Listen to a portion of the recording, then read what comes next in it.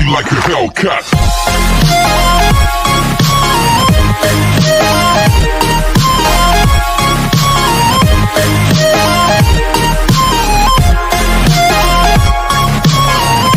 Season की शुरुआत एक जू नामी बैंक वर्कर से होती है जो रोज जॉब पे लेट पहुंचता है, जिसकी वजह से उसका मैनेजर उसे काफी बेइज्जत करता है। जू का बेस्ट फ्रेंड जूंग भी उसी बैंक में काम करता है, जो हमेशा जू की मदद करने की कोशिश करता है। जू एक मैरिड मैन है और उसके 2 बच्चे भी हैं। जू काफी इंटरटेनिंग और अच्छा इंसान है, लेकिन वो दुनिया में सबसे ज्यादा अपनी वाइफ व्यूजन से डरता है, क्योंकि वो हर वक्त उस पर बहुत गुस्सा करती रहती है। व्यूजन खुद भी एक वर्किंग वूमन है और एक पार्लर में काम करती है। जॉब संभालने के साथ साथ वो घर और अपने बच्चों को भी देखती है, इसीलिए काफी चिड़चिड़ी रहती है। नेक्स्ट डे जू फिर से लेट हो जाता है। वो अपने मैनेजर से डांट खाने के बाद अपना काम करने लगता है। तभी वो कुछ फाइल्स अपने कोवर्कर को करने के लिए देता है, पर काम में कुछ गलती हो जाती है, जिसकी भरपाई जू को ही करनी पड़ती है। उसी दौरान उसे उसकी ओल्ड कॉलेज फ्रेंड हाई टकराती है। वो जू को अपने साथ लंच पे ले जाती है और बहुत अच्छे से ट्रीट करती है। अपनी बीवी के बुरे रवैये से परेशान जू हाई की लवली नेचर और काइंडनेस देख के इमोशनल हो जाता है। हाई उसे बताती है कि वो जू को कॉलेज डेज में बहुत पसंद करती थी, लेकिन जू ने व्यूजन से शादी कर ली। ये सुन के तो जू आसमान पे पहुंच जाता है और गहरी सोचों में पड़ जाता है और व्यूजन से अपनी शादी के फैसले पे रिग्रेट करने लगता है। अब तो जू को हर जगह बस हाई ही दिखने लगी थी, यहाँ तक कि वो अपने पास्ट के फ्लैशबैक्स में जाकर कॉलेज डेज याद करने लगता है। उसे याद आता है कि किस तरह हाई उसकी कॉलेज की ड्रीम गर्ल हाई उसका भी क्रश थी। हाई बहुत प्रिटी और टैलेंटेड थी, जिसे म्यूजिक से बहुत लगाव था। जू ने एक दिन हाई को इम्प्रेस करने के लिए उसे उसके फेवरेट सिंगर का ऑटोग्राफ भी दिया था, जिसके बाद हाई ने उसके साथ एक कॉन्सर्ट में जाने का प्लान किया था। लेकिन जब जू बस में कॉन्सर्ट की तरफ जा रहा था, तभी उसी बस में एक आदमी एक लड़की को छेड़ रहा था। जू उस लड़की को बचाने के चक्कर में कॉन्सर्ट के लिए लेट हो जाता है। वो लड़की कोई और नहीं बल्कि जू की प्रेजेंट वाइफ व्यूजन ही थी। लेट हो जाने की वजह से हाई भी जू में इंटरेस्ट शो करना बंद कर देती है। व्यूजन इसके बाद से जू के पीछे पड़ जाती है। यहाँ जू का फ्लैशबैक खत्म हो जाता है। अगले दिन जू ऑफिस के एक काम की वजह से तेज कार चलाते हुए कहीं जा रहा होता है कि उसकी वाइफ की कॉल देखकर जू का माइनर एक्सीडेंट हो जाता है, जो हॉस्पिटल में होता है। व्यूजन के पार्लर में फॉरेनर्स आए होते हैं, इसलिए वो जू को दोनों बच्चों को स्कूल से पिक करने के लिए कॉल कर रही थी। जू को जब होश आता है, तब व्यूजन के बहुत सारे टेक्स्ट देखकर वो डर जाता है। जब जू घर पहुंचता है तो व्यूजन उसे कुछ खींच कर मारती है, जिससे उसके फेस पर कट लग जाता है। उसी रात जू अपने फ्रेंड्स के साथ डिनर करते हुए उन्हें अपनी सैड लाइफ स्टोरी सुनाता है कि व्यूजन उसे बहुत टॉर्चर करती है, यहाँ तक कि उसे सबके सामने मारती है और उसे खाना भी नहीं देती। जू अपने फ्रेंड्स को बोलता है कि अब वो व्यूजन से छुटकारा पाना चाह रहा है। अगले दिन जू रोज की तरह ट्रेन से ऑफिस जा रहा होता है कि तभी उसे एक अजीब सा आदमी एक 2006 का ओल्ड कॉइन देता है, क्योंकि जू ने उसे गिरते वक्त से सहारा दिया था। ऑफिस से वापसी पर जू को रास्ते पर एक अजीब सा टोल गेट दिखाई देता है। वो टोल गेट एक कॉइन से खुलना था। जू उसमें काफी अलग कॉइन्स डालता है, पर वो नहीं खुलता। जैसे ही जू उसमें ओल्ड मैन का दिया हुआ कॉइन डालता है, वो झट से खुल जाता है। जू को वो रास्ता कुछ अजीब लगने लगता है। जैसे ही वो आगे जाता है, रेडियो और गूगल मैप्स काम करना छोड़ देते हैं। जू एक पिंक होल में एंटर होता है। अगले ही सेकंड जब जू की आंख खुलती है, तो वो अपने आप को अपने ओल्ड रूम में पाता है, जहाँ उसका पुराना दोस्त और बहन भी मौजूद थे।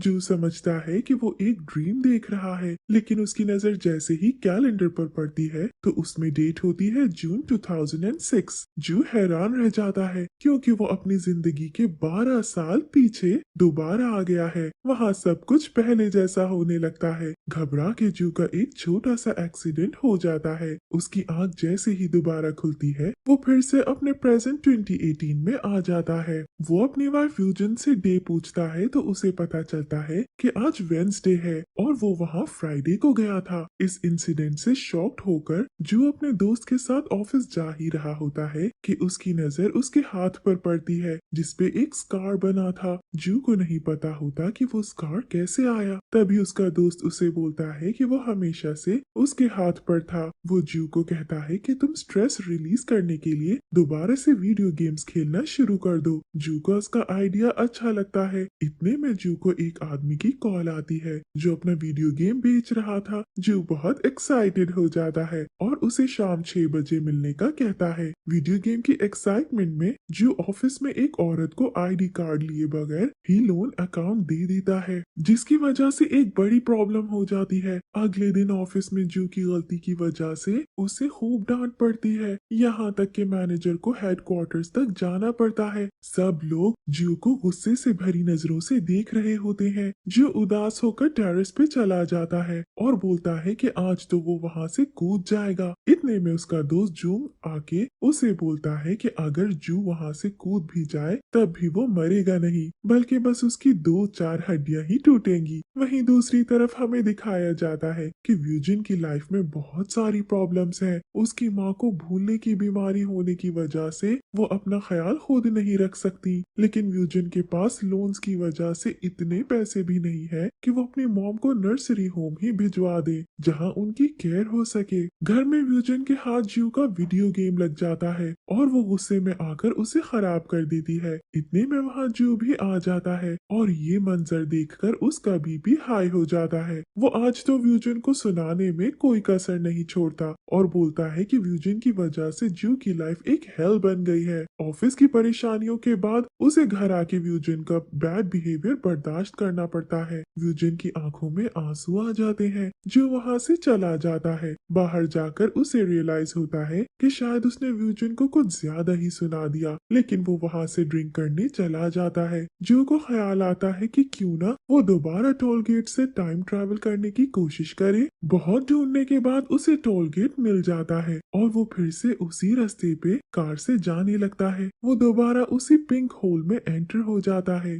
एक बार फिर से वो 2006 के उसी दिन पहुंच जाता है जहां वो पहले भी टोल गेट से आया था। अब तो उसकी खुशी का कोई ठिकाना नहीं होता। जो हर उस चीज को अवॉइड करने लगता है जिससे उसका प्रेजेंट सेम ही हो जाए। हाय उसे एक बार फिर कॉन्सर्ट पे जाने का पूछती है जैसे पहले पूछा था। जू खुशी खुशी हाँ कर देता है। जू फिर से बस में चढ़ता है और व्यूजिन को इस बार बुलिंग से नहीं बचाता और टाइम से कॉन्सर्ट पहुंच जाता है। वहाँ हाय उसे अपने दिल की बात भी बताती है कि वो जू को पसंद करती है और किस कर देती है। जू भी उसे किस कर देता है और जैसे ही जू की आंख बंद होकर दोबारा खुलती है, जू फिर से अपने प्रेजेंट में पहुंच जाता है। लेकिन अब वो देखकर हैरान रह जाता है कि अब उसकी वाइफ व्यूजिन की जगह हाय है और उसका घर एक आलीशान बंगला है जिसमें एक कॉर्नर में उसके लिए गेमिंग सेटअप भी मौजूद है। इतने में हाय व्यूजिन को ब्रेकफास्ट के लिए बुलाती है। वो सोचता है कि व्यूजिन तो उससे खाने का भी नहीं पूछती और हाय उसका ऐसा ख्याल कर रही है। उसका प्रेजेंट पूरी तरह से बदल चुका है। जो खुशी खुशी खाना खाकर ऑफिस के लिए जा रहा होता है कि पीछे से हाय उसे रोकती है और कहती है कि तुम कुछ भूल गए और हाय जू को गुड बाय किस देकर कीज देती है। यहाँ हम देखते हैं कि अब जू के पास एक लग्जूरियस कार भी है। अगले सीन में हमें व्यूजिन को दिखाया जाता है जो अब बहुत ही प्रिटी और खुश लग रही थी। उसकी मॉम को अभी भी भूलने की बीमारी है, लेकिन अब व्यूजिन के पास इतने पैसे हैं कि वो अपनी माँ का अच्छे से ख्याल रखने के काबिल है। जू व्यूजिन को एक स्टोर पे टकराता है। जो उसे देखकर घबराहट में अपना फोन वहीं भूल जाता है। व्यूजिन वो फोन उठा लेती है और वहाँ एक एम्प्लॉय को दे देती है। जू जब ऑफिस जाता है तो उसे एक और झटका लगता है। व्यूजिन भी अब से उसी बैंक में काम करने आती है। मैनेजर सबसे व्यूजिन को इंट्रोड्यूस करवाता है। व्यूजिन जू को देख के बोलती है कि उसने जू को कहीं देखा है। फिर उसे याद आता है कि हाँ तुम्हारा फोन तो मैंने ही उठाकर एम्प्लॉय को दे दिया था और फिर स्माइल करने लगती है। जू को देखकर बोलता है कि तुम गर्ल से कैसे फ्लर्ट कर सकते हो, तुम्हारी एक बीवी है। जिसपे वो हंसकर ये जवाब देता है कि वो अभी तक बैचलर है। वहाँ हमें दिखाया जाता है कि जू के दूसरे ओल्ड कॉलेज फ्रेंड से जू की बहन की शादी हुई है और उनका एक बेबी भी है। जू को अब अंदाजा हो जाता है कि जू के साथ साथ उसके फ्रेंड्स का भी फ्यूचर और फेट चेंज हो चुका है। यहाँ जू के फ्रेंड्स उसे ये भी बोलते हैं कि तुम्हारे तो मजे हैं क्योंकि तुम हमारी बैंक के एक स्पेशल कस्टमर के दामाद हो। ये सुन के जू की आंखें फट जाती हैं। अब उसे ये भी पता चलता है कि हाई के फादर जेके कंपनी के सीईओ हैं। तभी तो इनकी लाइफ इतनी लग्जूरियस है। जू जब घर पहुंचता है तो देखता है कि हाई शॉपिंग पर बहुत फजूल खर्च करके आई है और फ्रिज का काफी खाना खराब हो गया है। उसे एकदम से व्यूजन याद आ जाती है जो कोई खाना वेस्ट नहीं करती थी और ना ही खुद पे पैसे खर्च करती थी। जो हाई से बोलता है कि हमें मेरी मॉम को देखने जाना है, तो हाई उसे ये कह के मना कर देती है कि उनका घर तो बहुत छोटा है और हाई वहाँ कंफर्टेबल नहीं होती। और हाई वहाँ से म्यूजिक एकेडमी चली जाती है जहाँ उसे एक मैन मिलता है जो उसकी काफी बहुत ज्यादा तारीफ कर रहा था, जिसे देख हाई अपनी वेडिंग रिंग छुपा लेती है ताकि उस मैन को ये ना पता चले कि हाई मैरिड है। वो दोनों एक दूसरे से नंबर्स एक्सचेंज करते हैं और हाई इस मैन के टेक्स्ट पे काफी ब्लश करने लगती है।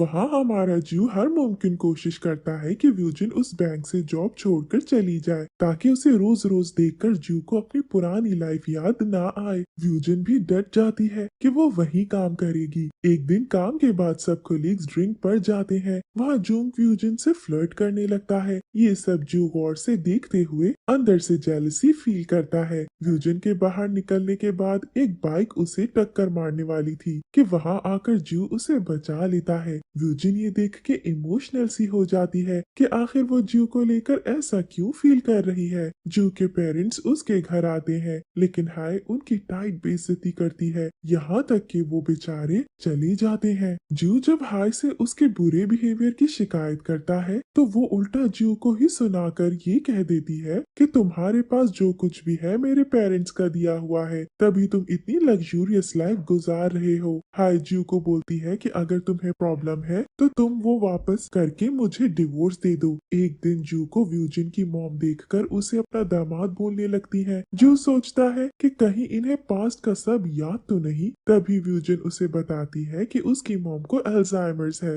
व्यूजन और जू खाना खाने जाते हैं। तभी जू को याद आता है कि व्यूजन को पहले भी इस रेस्टोरेंट की डिशेस बहुत पसंद थी। उसकी सारी यादें ताजा होने लगती हैं कि किस तरह उन दोनों ने एक दूसरे से प्रॉमिस किया था कि वो एक दूसरे का साथ हमेशा निभाएंगे, जिसमें उन दोनों से क्या कमी रह गई। व्यूजन को जूंग प्रपोज कर देता है जिसका जवाब देने के लिए वो थोड़ा वक्त मांगती है। अगले दिन व्यूजन और जूंग एक बैंक कॉन्फ्रेंस में जाते हैं। जू को ये बात अच्छी नहीं लगती और वो जेलस हो जाता है। कॉन्फ्रेंस से वापसी पर जूंग और व्यूजन साथ वॉक करके बात कर रहे होते हैं। इतने में जू इन दोनों को कॉल करता है जो वो नहीं उठाते। तभी जू उनके पास चला जाता है। जू की नजर एक ऐसे कपल पे पड़ती है जो किस कर रहे होते हैं। तभी जू उन्हें व्यूजन और जूंग समझकर रोक देता है। पीछे से व्यूजन और जूंग आ जाते हैं। फिर व्यूजन जू के साथ डिनर करने का बोलती है। जूंग यहाँ जू पे भड़क जाता है कि जू उसकी डेटिंग लाइफ में क्यों टांग अड़ा रहा है। जू बोलता है कि वो ऐसा क्यों करेगा।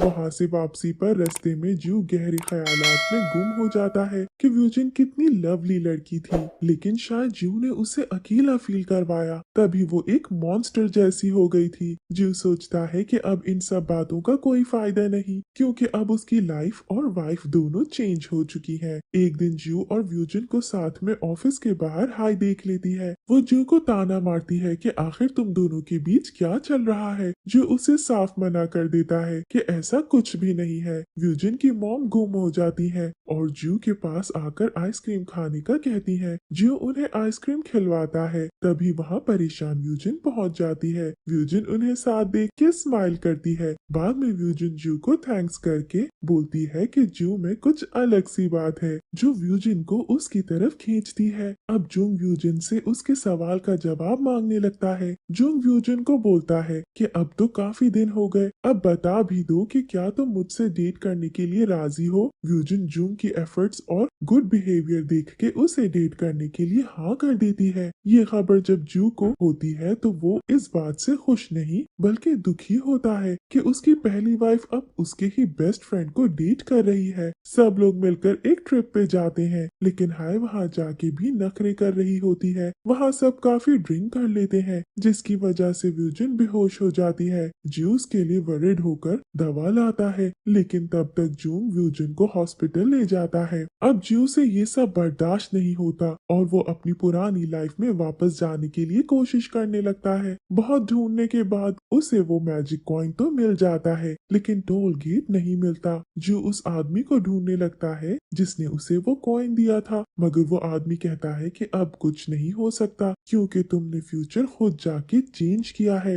गुस्से में आके जू वो कॉइन एक नदी में फेंक देता है और वहां से चला जाता है। जू को एहसास होता है कि उसने व्यूजन के साथ अच्छा नहीं किया और व्यूजन का उसकी प्रॉब्लम्स में साथ नहीं दिया, तभी शायद व्यूजन इतना टूट गई थी। लेकिन अब इन सब बातों का कोई फायदा नहीं। अगले सीन्स में हमें दिखाया जाता है कि व्यूजन की मॉम कहीं लापता हो गई है, जिसकी वजह से वो बहुत परेशान हो जाती है। जू उसके साथ पुलिस स्टेशन चला जाता है और उसका बहुत ख्याल रखता है। जू की वजह से व्यूजन की मॉम मिल जाती है। वहाँ हाय अब अपने हस्बैंड पे काफी शक करने लगती है। एक दिन हाय व्यूजन के खिलाफ रूमर्स फैला देती है। व्यूजन उसे इसलिए रिपोर्ट नहीं करती क्योंकि जू का लिहाज आ जाता है। जू हाय से जू की मॉम को देखने के लिए हॉस्पिटल चलने को कहता है। हाय मुंह बनाकर मान जाती है। जब वो वहाँ पहुँचते हैं तो हाय अपनी मदर इन लॉ की तबीयत पूछे बगैर वहाँ से चली जाती है। हाय जू को बोलती है कि तुम्हें कल मेरे डैड की पार्टी में आना होगा क्योंकि तुम उनके इकलौते दामाद हो। अगर जू उस पार्टी में नहीं गया तो हाय उससे डिवोर्स ले लेगी। जू अपनी मॉम की वजह से वहाँ नहीं जा पाता। हाय उस पे बहुत गुस्सा करती है कि जू अब बहुत बदल गया है। फिर ऑफिस में जू को डिवोर्स पेपर्स भिजवा देती है। जू का दिल टूट जाता है। वो हाय को मनाता है मगर वो नहीं मानती। हाय और जू का डिवोर्स हो जाता है। उसके बाद जू जून के घर में रहने लगता है। वहीं जब व्यूजिन उसे दुखी देखती है तो व्यूजिन की आंखों में आंसू आ जाते हैं। उधर हाय को ये पता लगता है कि वो आदमी जो उसे म्यूजिक एकेडमी में मिला था बस उसे यूज कर रहा था। असल में वो आदमी बस एक मामूली सा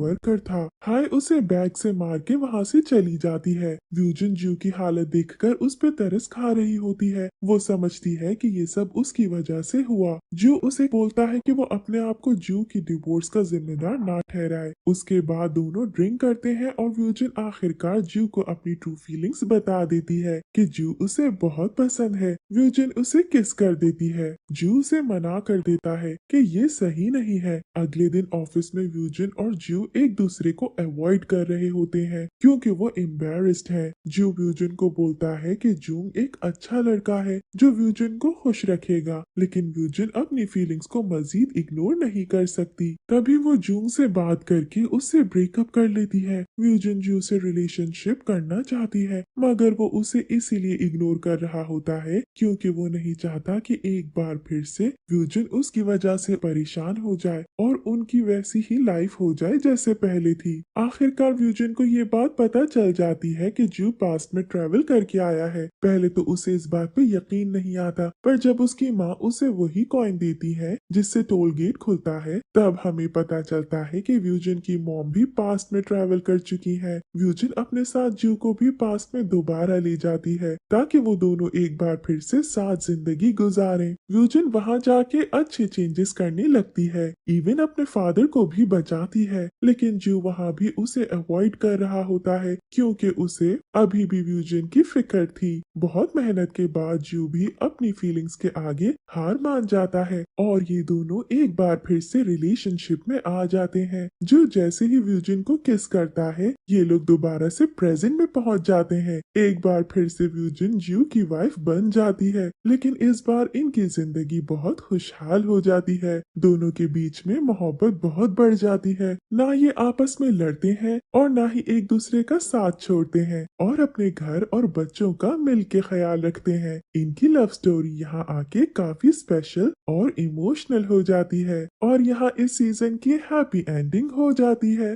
थैंक यू फॉर वॉचिंग।